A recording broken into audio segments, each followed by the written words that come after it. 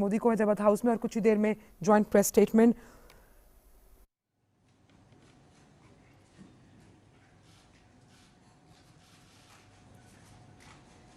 Your Excellency, Mr. Abdel Fattah el-Sisi, President of the Arab Republic of Egypt, Prime Minister Shri Narendra Modi ji, Honorable Ministers, distinguished guests, Excellencies, ladies and gentlemen, I welcome you to this ceremony where we shall witness some shining examples of India-Egypt bilateral cooperation.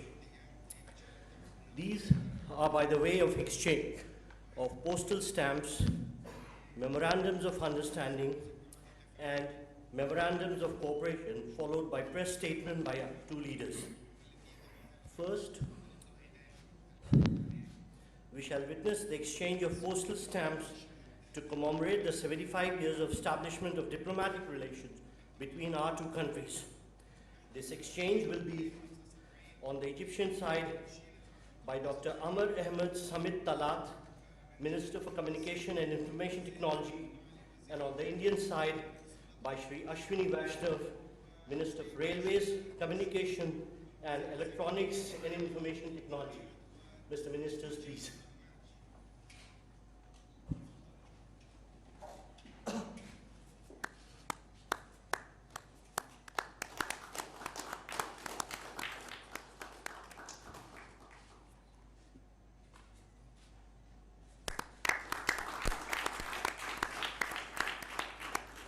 Thank you, Mr. Minister. We now have the Memorandum of Understanding on Cooperation in the area of cyber security between the Indian Computer Emergency Response Team and the Egyptian Computer Emergency Readiness Team. On the Egyptian side, we will have Dr. Amar Ahmed Samit Talat, Minister for Communication and Information Technology, and from the Indian side, Shri Ashwini Vaishnav, Minister of Railways, Communications, Electronics and Information Technology. Mr. Ministers, please.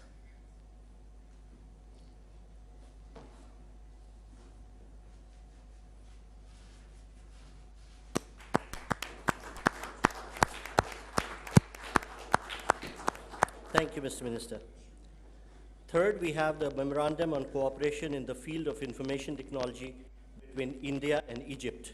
I may again request Dr. Amar Ahmed Samit Talat, Minister of Communication for Information Technology from Egypt, and Shri Ashwini Vaishnav, Minister of Railways, Communications and Electronics and Information Technology from India to exchange the documents.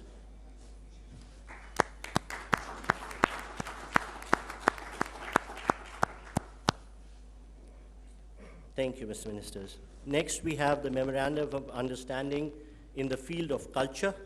From the Egyptian side, we have Mr. Sameh Hassan Shokri, Minister of Foreign Affairs. From the Indian side, Shri G. Krishna Reddy, Minister of Culture, Tourism, and Development of Northeastern Region. Mr. Ministers, please.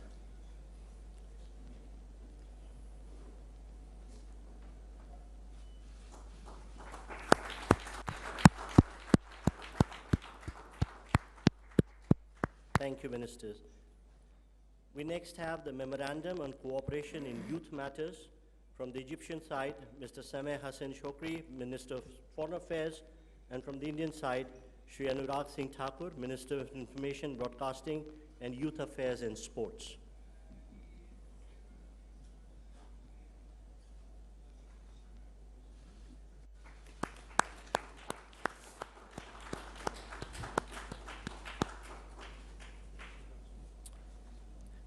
Next, we have the Memorandum of Understanding for Cooperation on Broadcasting between Prasar Bharati and National Media Authority of Egypt. From the Egyptian side, Mr. Sameh Hassan Shokri, Minister of Foreign Affairs, and from the Indian side, Shri Anurag Singh Thakur, Minister of Information and Broadcasting, Youth Affairs and Sports will do the exchange, please.